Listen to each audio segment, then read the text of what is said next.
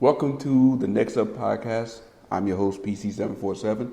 Again, just giving you a heads up. If you sound or you feel like there's an echo, it's because I'm kind of still in an empty room. I just moved out here to Florida, this new place. I haven't got the opportunity to buy any furniture or anything like that or put something in here. Now, I know there are ways you can set up like curtains and blankets and stuff like that. But I'm being honest with you, when I came out here, I literally almost gave away everything, and I pretty much was on my, I don't say empty as far as my emergency fund, but I was kind of low on funds, and I'm kind of just getting through till I start getting paid, getting money going, and then yes, I'll be able to start setting something up properly. I'll try to definitely look at doing a better job with the sound in here. So yes, you will hear what seemed like a little bouncing, and I apologize for that. Like I said, we will get that corrected, or I will get that corrected. My main focus at the time was just getting here and getting going. You know how it is. You start a new job, you just want to get here, get going, learn a new process. Got to get my body used to this schedule. My past job, I was working at around I had to go to work around 2-3 o'clock in the morning, and now here the time frame is around 6 or 7 o'clock. And then the time I wasn't working. When I was kind of waiting for a job, I wasn't getting up so early. I was getting up around 9 o'clock in the morning. So just trying to go from where I was getting up to 9 o'clock to now getting back up around 4 or 5 o'clock. Just getting my body used to that. That just taking some time. So I was pretty much tired all this week as I'm trying to get everything, get back acclimated, and like I said, learn the new process with a new company and everything like that. So please bear with me with this. I will get this corrected. Now, also, I want to give a shout out to D3. My brother just had a son on November 5th, and I call him D3 as my brother's the second, and that will be the third. So, shout out to him, and look forward to being able to meet my nephew in person, especially when COVID is all over, and going from there. Speaking of COVID, we got the holidays coming up, and I know for a lot of you right now, you're having to make decisions. I know for myself, this past June, my grandmother, she had a birthday party, and like a lot of people got a chance to go out there. I know my parents went out there, and I so wanted to take off and go out there. I was going to get with my supervisor, like, look, let me go ahead and have those days off. And he would have gave it to me because I had the vacation time to use, but I really had to make it a tough decision because at the time I was traveling back and forth between Atlanta and Houston, and my grandmother's up there in age, and I had to keep in mind, considering that I've been on crowded airplanes and been in crowded airports and two of the at the time cities that was very, very high as far as COVID numbers, and I had to make the tough decision, like, man, as much as I know I want to go down there and be around my grandmother, I would feel real bad if something happened because, I did have the COVID and I got her sick. Now, I know people say, look, you can't just allow fear to rule your life, and I'm not trying to do that. This is more of me being cautious, and understanding that, hey, I know my settings, I know where I've been, and even though I'm wearing masks, the reality is being in a crowded area, being around all the people I've been, I'm just worried that even, let's say if I didn't get her sick, if I got one of my cousins or one of my other family members sick, or got them to catch COVID, then they spread it to, her, because again, I'm around them. So that was one of those things where I'm like, man, as much as I want to be there, I have to be more mindful of the situation and make the tough decision. So I didn't go. And for a lot of people, that's going to be a decision that you guys are going to have to make, coming up with these holidays where, it's Thanksgiving, especially Christmas. Can you afford to take that time to go home and be with your loved ones? Some people you can be, if they're younger or they don't have underlying conditions, you may feel like, all right, they'll be more able to handle it if something happened. But then again, with the way, some people have been reacting to COVID and others, do you want to take that chance? Now, I'm not here trying to tell you to or to not. This is more speaking to those who may be in that situation like me, where it's like you feel like you can't. And with the holidays coming up, I can see where this can cause for a lot of anxiety. Especially again, people are still looking for jobs. People are still dealing with being locked in place, and this is just adding more to the depression, being stuck indoors. You can't really go anywhere, and I feel like this year has really been a big challenge, especially if you look at the past couple of days, considering how the election went here. And like I said, when I say the way the election went, I'm not speaking for one side or another. That's not the point. My point is the fact that it dragged for 3 or 4 days before they was able to make a decision on who actually won it. It really was playing on a lot of people's emotions on both sides, and it could be real draining, again, after all that we've been through this year. So you put all that together, and you add that to what's been going on, the anxiety of still being stuck in the house, the anxiety of looking for jobs and not being able to bring in the money you're looking for, and it could just add up. And I could see this opening up to a lot of a lot of frustration for people. And I'm here to try to offer a sort of solution. So we have technology, and that's what makes technology better. Now, technology do not take away from actually being able to hug your loved ones. That's never going to happen. But it do allow you to at least still be able to reach out to them and have that person-to-person talk, and they can see your face, you can see their face, and you can have that interaction. Like I said, it do not take the place of being in person, but my point is, let's make the best of a bad situation. Let's take Thanksgiving and make the best of it. You may not be able to have a full turkey spread, but even you got to have a turkey and ham sandwich. Man, get you a turkey and ham sandwich, light you a candle, be grateful for what you have, call up your family, and just wish them a happy Thanksgiving and sharing that this time, because you're going to look back at this and say, man, I remember we went through a really tough time, and this is what we had to do, and we got through it. And this is going to be important. Keep getting through this. Keep pushing on. You got this. We're going to make it. And I believe in you, and you got to believe in yourself. I know a lot of you guys are going through a lot. Do not give up. It's not worth it. You can make it. And I want to see you make it towards the end. And let's go ahead and get into my topics today, because I am really wanting to talk about a couple of things. And one of the topics that, I want to start out with, I got this from Android Police. So basically, a lot of times I just go throughout the week just looking at articles, and I saw this article and I'm like, man, I definitely got to talk about this. So basically, I'm going to actually paraphrase this article. You can look at it on Android Police. I'll put the link below. They actually posted this article November 2nd, and it was written by Ryan Hager. And basically it's talking about Google is looking to bring in digital IDs. And the point is basically you can use your phone to present an ID. Now, most people are like, well, we can already do that. Apple have had Apple Cards, and you can actually download an app. I want to think it was Lemon Wallet and some other wallets where you can have your ID card, driver license saved up. You can present it. No, this is beyond that. So let me go ahead and read through this. And again, I don't want to read all through. I'm going to paraphrase it, and the reason why, because I want you to go and read that article on his forum. But basically, it says they was talking about, we know that the support for secure ID is coming to Android, and Google is detailing some of the particulars behind how it will work.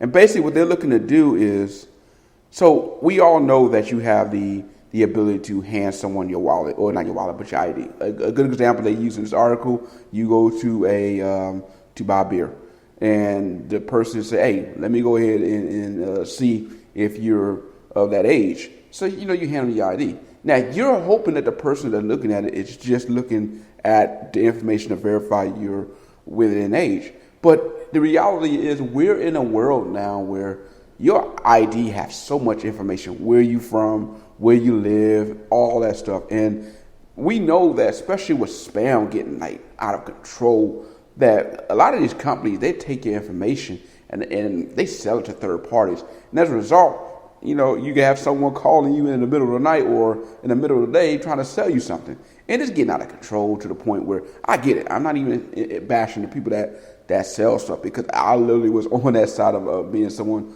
who had to call someone to try to sell insurance, as that was the thing I was trying to do before I, got back on with this company I'm on at right now. So I'm not really bashing the people that selling things. I mean, they basically say, hey, here's a list of a sheet. You need to call through these list of people, and you need to get through it and try to get us some leads. I see the other side of it.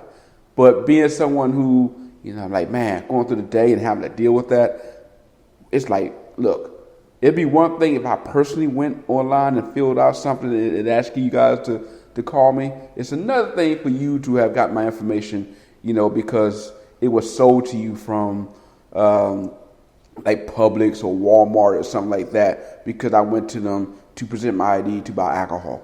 So basically what they're pitching here is that instead of you giving them your ID and they actually had to go through all your information, and again, you don't know if the other person is legit or not. And speaking of that, there have been many situations where you have a scam artist that's working at some of these stores, and they able to remember your information, write that stuff down, and then next thing you know, they're sitting there open up stuff in your name. So if you're someone who's like, look, I really don't want to give someone my ID, you actually, or Google pitching an idea where you can actually push a button. It kind of similar to how you would do, let's say, when you use Google Wallet. And basically, on the other person end, they can ask, is this person over 21? And basically, through encryption, they can check your ID and they'll pop out either yes, he is, or no, he isn't. And at that point, that's all really that person needs. You don't need to see, where I'm from or anything like that. You just need that. Or let's just say you're going to a store, let's say Walmart, and you're buying a firearms, and they do got to get some other information. It's basically going to present the information that they need. No more, no less. And basically, by doing that, you allow to be more secure. And that makes sense because, again, we're trying to get into a more secure, I say world, but in a more security as far as our information. Because I understand this, at the end of the day, a lot of people are used to presenting their ID. But how many times have we handed someone our ID and we forgot to put it back in our wallet, or we dropped it, or we all been through this. Whether it be our ID or even our bank cards. You're buying something at a cash register. You're trying to hurry, and you put stuff down, and next thing you know, you're walking off, and you left your ID or you left your bank card. It happens, And so the fact that we are getting to the point where you can use your phone to do so much more is making it that's less likely.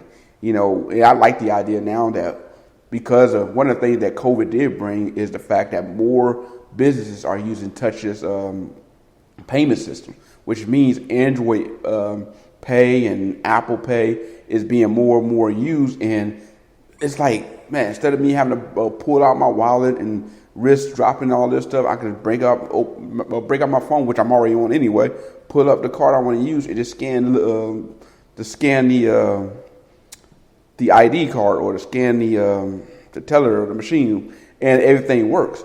And look, for someone who's always on the go, we all on the go, it makes things a little bit faster, make it a little bit smoother, and it provides a situation where we less likely to drop or lose stuff. So I'm actually liking that idea. I'm liking the thought of that being something that can work. And even I know people say, hey man, what happens if you lose your phone?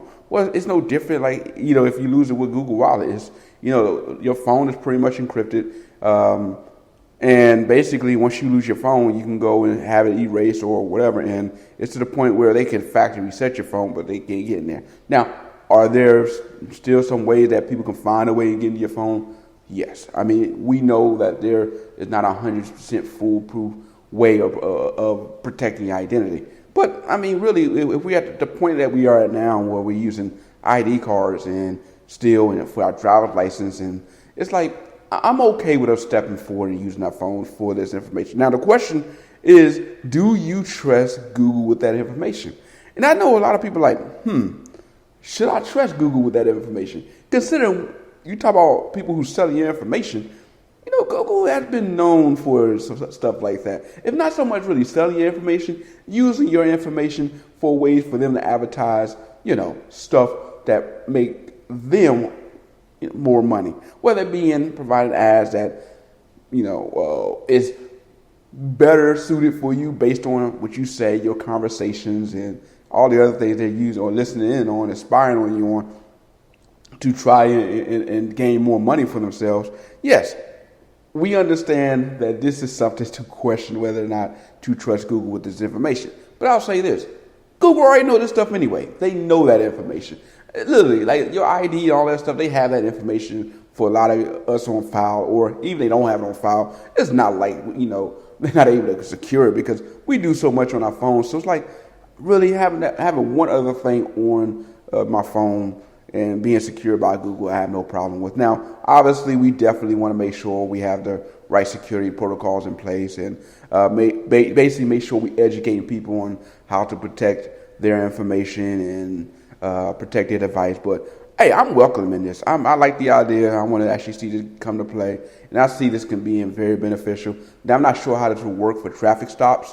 If we can get to a way where, again, and this is what I think could be something that be a way to be safe for both parties. Because, when it comes to traffic stops, especially when it's at nighttime, and this is me looking at both sides of the situation. If someone who got pulled over, you don't know what's on that cop's mind, and you're feeling nervous. That cop, he don't know what you've been going through because he don't know you, so he's nervous. And so it's the middle of the night, and it's like all it takes is for something to go the wrong way or somebody saying the wrong way, and it can go badly real quick. So, the less things that you feeling around with, it make him feel at ease. I'm feeling at ease. So I like the idea we can get to a way where instead of him having to, hey, let me see your ID. Well, let me get my wallet. And then my wallet is black and he's worried about something in it. Hey, let me pull out my phone, which you see I got in my hand, and I just push a button and it automatically scans to your end, and you can see my information, and you could take it and run it to make sure, I am who I say I am. That works for you because, again, I'm not feeling around through my wallet or feeling around through my glove box, and it works for me because you see what I got in my hand, and hopefully we can, both feel at ease and ease a lot of the tensions that can come from a traffic stop. So, again, I like this idea. I want to see this go forward, and I'm definitely feeling this. Now, to my next topic real quick, I'm going to talk about some of the things, because I've been using Android 11 for a while, and here are some of the things that's been kind of bugging me between the Android 11 bugs and some of the changes that they implemented. It's kind of getting on my nerves, and it's frustrating me. And I'm kind of curious if you guys are dealing with the same thing with the new Android 11. Now, for a lot of us that's probably or that's using Android 11, most of us are on Pixels or a phone that is on Android 11. Now, for you guys who are not on Android 11 yet, it'll be worth noting or seeing if you guys end up having the same issue. Now, one of the things I've noticed is the picture-in-picture feature is distorted. Now, it don't always happen, because I use picture-in-picture a lot. I'll be watching a YouTube video, and then while I'm watching a YouTube video, I'm trying to answer an email or do some other stuff, answer a text. So a lot of times I'll go ahead and swipe up and go into PIP mode so I can do something else. Now, for the most part, it works great. It's not a big deal. But when I do notice the problem is, let's say I'm watching a live YouTube video, something like a lot of times I watch Dave Ramsey, and he'll have his live YouTube going, and I'll swipe that up and go into PIP mode so I can do something else.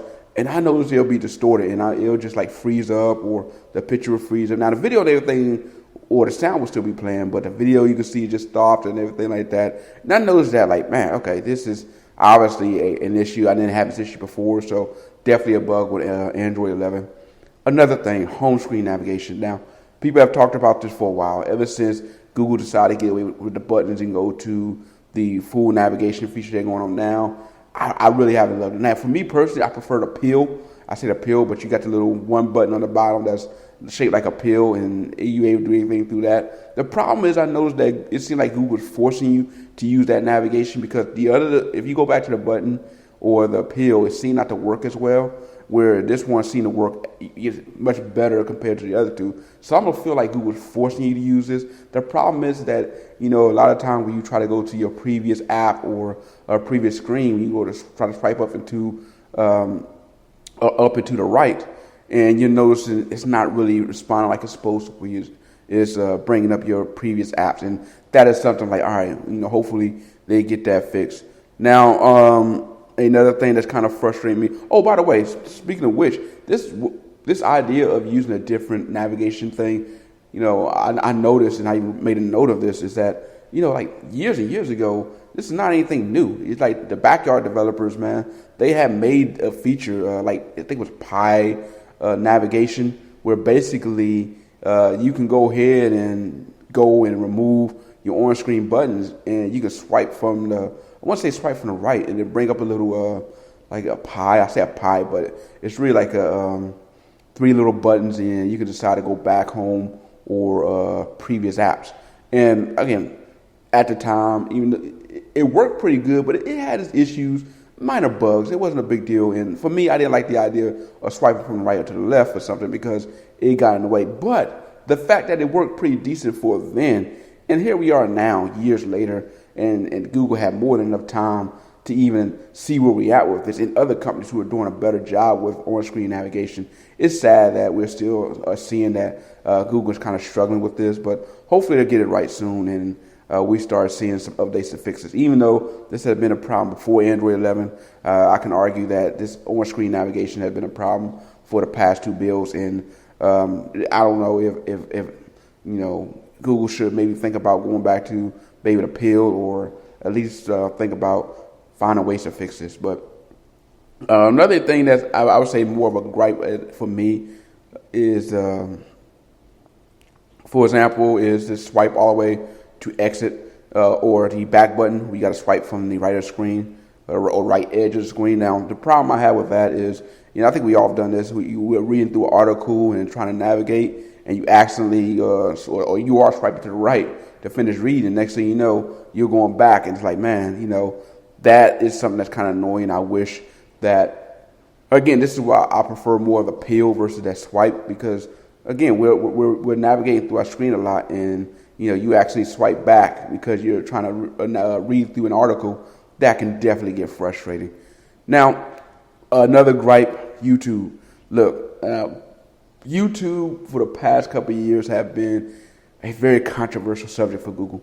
Whether it be the YouTube, your YouTube creators having a problem with the way that things been going, and some of the complaints that people have with people with YouTube kids, and so much things going on, and a lot of changes that been implemented, and some will argue even censoring that's been going on. That's been really, really frustrating for people with YouTube. But this is more for just the regular casual viewers.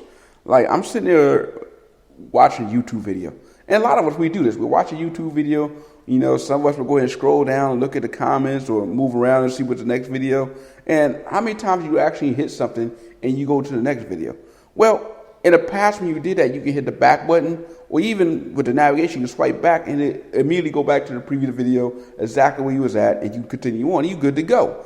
Well, you can't do that anymore, because when you go try to go back, it actually just exit YouTube, or that's it. So in order to actually go to the previous video, you got to navigate all the way down, find library, and go to your last video, or library history, and your the previous video you were watching. And it's like, why am I having to do all that just to go back to the previous video when it was an accidental touch that caused me to go to this video? And to me, that's annoying. I'm like, man, it got to be a faster way to be able to go back to the previous video versus having to go all the way down to the library. So I definitely didn't like that. Also, man, this is something that's really, really frustrating me. These next 2 things is that it seems like Google is forcing you to use things that you really wouldn't want to use. And these next 2 are classic examples of that. Like right now, if you go to search something, right? And I personally, before, when I want to search something, I will go into Chrome and I will search through the Google home page, right? And the reason for that, because, a lot of times if I find something, especially an image, I may want to copy, download it and share it to someone. Or even, some things, let's say it's an article or something I'm reading, I want to save it to my collections, and there are sometimes I just want to go to the Google homepage to access my collections. Now, what collections are, if you go, and this is on your phone, if you go to the Google homepage, you hit the hamburger, which is the 3 horizontal lines on your left, you're going to see it bring down a box, and you're going to see what it says, collections. You click on that, and it was all the articles that you saved or bookmark, it will be right there. And there are times I will read articles or I read through articles, and then I'll hit collection because I'm like, okay, I'm going to come back and finish reading through that, or I want to, look deeper into that because of, a lot of times you see an article and you want to go, and you're like, I don't have time to finish reading the whole thing, but I definitely want to check that out later. Or, you know what, this is a good article. I want to share this with someone and I don't want to have to look for it. I don't want to forget about it. So let me go ahead and bookmark that so later I can find it and I can share it with someone. So I like being able to find that. Now, if you go now into Chrome and hit search, if it forces you to use the Google search bar. And my problem with that is, one, it don't take me to the Google homepage where I can get my collection. But here's the other thing. If you search an image or search for something and you go to image, a lot of times it won't allow you to copy and save that because it was searched to the search bar. In order for you to save an image, you actually have to search it from the Google homepage. And then you can save and copy that image. And like I say, the reason why we're copying and saving the image is because you want to share it with someone and say, hey, check this out, and you're not able to do that unless you do it from the Google homepage. And that to me is it's so annoying. It's like, Google, you're forcing me to use your search bar and I really don't want to use it right now. And there are times I do want to use your Google search bar, but when I'm looking up for an image, it's like the fact that I can't just copy and paste it from there or copy and save an image from something that I searched from your search bar and have to search it from the homepage. It's kind of defeating the purpose of what I'm trying to do using Google search. So to me, that is definitely a very, very frustrating thing. I say one of the last things that's kind of frustrating for me is they're forcing us to go from Google Music to YouTube Music. Now, look, I'm not going to sit here and say that when Google Music came out, or Google Play Music, everyone's all excited about it. We all had our rights, but we finally got used to it. We finally got implemented to it. It started working. They got all the bugs out of it. It started working. It was good. It's like everything's working. And now they're trying to force us off of that and using YouTube Music. Why? Because they're trying to compete with Spotify. And I get that. I get it having a app to compete with Spotify. But for some of us, we don't want a Spotify app. I actually use my YouTube Music app as, to play my playlist of music when I go to the gym, right? And when I'm done my workout, I may get to a certain song or end my workout at a certain song, and I want to pick up the next day on the next song and continue on through that. Well, that would be very easy to do because when I was using Google Play Music, the next day, as soon as I open up Google Play Music, it actually opens exactly where you left off at. Perfect. That's where I want. But that's not the case with YouTube Music. Once I'm done and I close out of YouTube Music, the next day, in order for me to go to my same playlist for my workout, I have to open YouTube Music, have to navigate back to the playlist, and then when I open my playlist, it starts from the top. So for someone like me who have a bunch of songs in my playlist, I probably have over 200-300 songs in there, and I got to actually segment it a certain way, so because there's some songs I may want to live depending on leg day or running day or whatever, and I have it set up where these are the songs I want to listen to for here or these whatever. And I just scroll down and up whenever and stay in that segment depending on how I'm feeling that day. Well, if I'm opening up YouTube Music, I'm starting from the top. Now I got to scroll all the way down to the bottom or where I was at to find where I left off at, and then continue on with my workout. To me, that's taking away some time, and I do not like the fact that Google is forcing me to use YouTube Music. I really wish they would allow us to, keep Google Play Music, keep using it. And maybe make YouTube Music the primary option for something else. But, for me, I don't understand what Google is doing with that. Because, it seems like we finally get something working. It's like they just killed it to force you to use something else. And, look, I've been a fan of Google for a while. And I'm still going to be a fan of Google apps and Google phones. But I'm going to be critical of them when I need to be. I'm not a sheep, I'm not a fan that's going to say, yeah, everything that Google does is perfect. Everything that Google does is right. Everything that Google does is the answer. No, there are a lot of things that Google does that just straight up just messed up. And I want to call it out when it happens. Because in order for us to see change, you got to be willing to call that stuff out. And you got to be willing to be criticized when it needs to be criticized. Or be critical when you need to be critical. Because again, you can't just say that everything's great when it's not. And I respect people who are fans of whatever and willing to say, hey, whether it be you're a fan of an iPhone or a fan of this platform, and say, hey, I like them, but this is one of the things that I have a gripe with. Because let's be honest, not everything's perfect, and not everyone got it together. There's some things that Apple do good, and there's some things that obviously Google does good. In fact, I'm having to get familiar with Apple right now because my current job, or that I'm at just now, that I just started, they gave us a company phone. It's a company iPhone.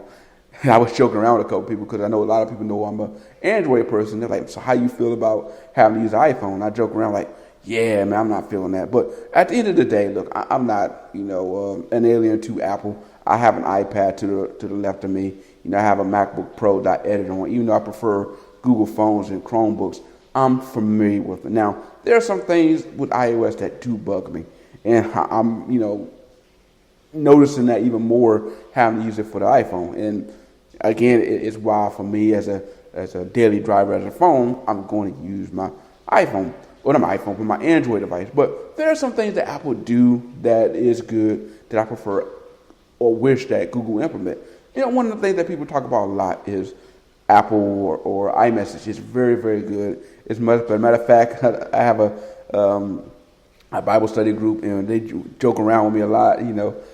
All of them are iPhone users except for me. So they're like, man, so you the guy that had the blue bubble, and I'm like, what's the blue bubble? Which I know what it is. But at the end of the day, man, look, we all have platforms that work better for us and that we prefer. But even the platforms that we love and prefer, be willing to be critical and be real with it, because there's some things that can be changed and needs to be changed. And I want to see Google make some changes, especially to their software, because this year with Android 11, as much as I'm a big fan of being the first to a new software and the first to adopt something, I'm noticing Android 11 was really, really buggy this year and it had a lot of problems. And I know, Google's going to clean it up. It's going to get it fixed. And for, those of us on Pixel devices, we're going to see those fixes real, real soon. And hopefully those of you guys that are using like Samsung or some other devices, man, as much as we are critical of manufacturers like Samsung and them for being slow to update their phones, this is the one time where I say, man, it makes sense for them to slow down, because if they were to implement the same build that's out right now, man, you guys would be frustrated with dealing with some of the software bugs we're dealing with. So with something like that, it's like, man, with them being willing to slow down, say we're going to wait for Google to clean up some of these issues and put out a better build, and then we'll cop on top of that. Or build on top of that makes much more sense, because for a lot of your manufacturers, they have a lot of stuff ready to go and set to go, but they're still waiting on testing, and it makes sense for them to wait, because for you guys to get a old build, of Android 11 kicked out to you, let's say around December with all the bugs on there, and we on a Pixel, we get a newer build of Android 11 that have all the fixes and all that stuff, you're gonna be like, man, Android 11 is buggy and it sucks. We're going to be like, yeah, it did suck, but it's much better now because we got the fixes. And, Samsung, they are slow to give you a fix, especially if you want someone, a carrier like AT&T or Verizon, where they're slow to get you your updates. Then it's going to be much longer for even you to get your updates and your security bills and all the other stuff to fix the problems that, Google had fixed a long time ago. So, yeah, guys, that's pretty much all I have today. And, I appreciate you joining me and talking tech and talking Android today. And you guys, hey, look, continue to have a good week. And for those of you who are dealing with a lot of stress, man, look, keep your head up. It's going to work out. I want to keep believing things are going to work out good and things are going to turn around. We're going to look back on this day. We're going to look back on this year. And we're going to look back on this period. And we're going to be able to say this helped us build character. What can you learn from all the things that you have been going through this year? If you're someone who been on a very, very rocky ground, especially finances, man, definitely look at going to some type of financial class or program. It don't have to be Dave Ramsey. Like, for me, I do like Dave Ramsey. I do recommend, listening to him, even if you don't do all of his baby steps. I think if you are willing to listen and read and hear what he's talking about, it can save you with a lot of headache. And even if you don't choose Dave Ramsey, find some type of financial advisor and find a way to get more financially fit and understand what's going on with your finances. Understand what it means to have a backup fund or emergency fund. Understand, why it may be best to hold off on just going out and living it up and not, and being in debt, and maybe slow down a little bit on that, or maybe be wise about what you're spending or what you're buying or what you're getting in debt into. Kind of understand that. Find ways to better yourself in ways that you can. We're now, thanks to technology, able to learn so much without having to go to a college or go to a school. And I think one of the things that, we got to look at, that as bad as COVID is, in this period right now, it's going to implement us into a situation where, as far as technology, that we're going to be able to do so much more from our living rooms, man. I mean, you look at all the things, the colleges and all the stuff that you were able to learn and from your room or from your living room or from your computer or from your phone. Like, imagine someone who may not have the funds to go to a 4-year school, and you just want to learn something so that you can better yourself. And you can go on YouTube and you can find how to do that and learn that trade, and you can at least get yourself a job to get you going. And while you're at school, or while you're at work, go back to school and then later get your degree that you need and then get a better job. And this is some of the things that you can do that can better your situation. Now, I'm not going to say that it all going to be smooth. It's all going to work out perfect. We all, some things are just easier said than done. I get that. I'm not even trying to make it seem like, oh man, if it's that easy, why isn't everyone doing it? Because I understand it's not that easy. For a lot of people, it's trying to find what you're good at. It's trying to find what you can do, and it's trying to work around the situation that you're being presented with. And a lot of that can be very, very frustrating, especially when, again, the light bill's due, and you're looking at your refrigerator and you're like, man, am I going to have enough money to get through the week? You know what I'm saying? The refrigerator is empty. I got maybe at best $15 in my account. This bill is due, and I got this about to come out, and I already got letters telling me, man, if you don't have your money or have our money by this day, we kicking you out. There's a lot going on for a lot of people. And again, it's much easier for someone to say, well, why don't you do this? Why don't you go to school? Why don't you do that? Because there's so much other things that's pressing right now. And I get it. And I'm not trying to judge you. I'm just saying that I understand you're going through a lot, but don't give up. Stick with it. It's going to be hard, but you're going to get through it and learn from this. One of the things that Dave Ramsey says is, what is your never again moment? What is this moment, or what has COVID caused for you that you say, you know what, never again? For me, I said, one of the things is I'm definitely need to get my emergency fund right. In all the years I love tech, I spent easily 5, 6, I'm going to say at least 20, 30 grand, maybe around close, if I'm being honest, on tech. Maybe in a decade, when there's a new phone out, I'm out there buying it. Every year I'm buying the brand new, what phone it is, whether it be Android, Pixel, whatever. And there's nothing wrong with being a tech fan. There's nothing wrong with that. There's nothing wrong with enjoying stuff like that. But I look like, man, if I had 6 months saved up of money, 12 months saved up of money, man, I'm not saying money solves everything, because it doesn't. But when something like COVID happens, when my company laid me off and or people get furloughed, and I got 6 months saved up, I got time to think about it. I don't have to rush into anything. I don't have to panic. Like, I had 3 months saved up, and not really all of it saved up. Between it being saved up and my company giving me my vacation pay that I never used, between all of that provided like 2-3 months of savings. And even that provided me a little bit of breathing room, but not enough. But it did give me enough of a breathing room. And I'm like, man, had I had 6 to 12, imagine a whole year of a salary saved up in a bank account, ready to go, just in case. What can I do with that? So, yeah, for me, that's my never again moment. I got to be wise. When money start coming back in, I got to definitely be smart with it, save up, and not go out there and just being rushed to buy the next device, but making sure that I'm building up my emergency fund and make sure I'm doing that. So for you, what is your never again moment? How are you going to use this period to better yourself? And yeah, we just want to see, at least I want to see, you guys get better. That's all I got. Have a good day. I'm out.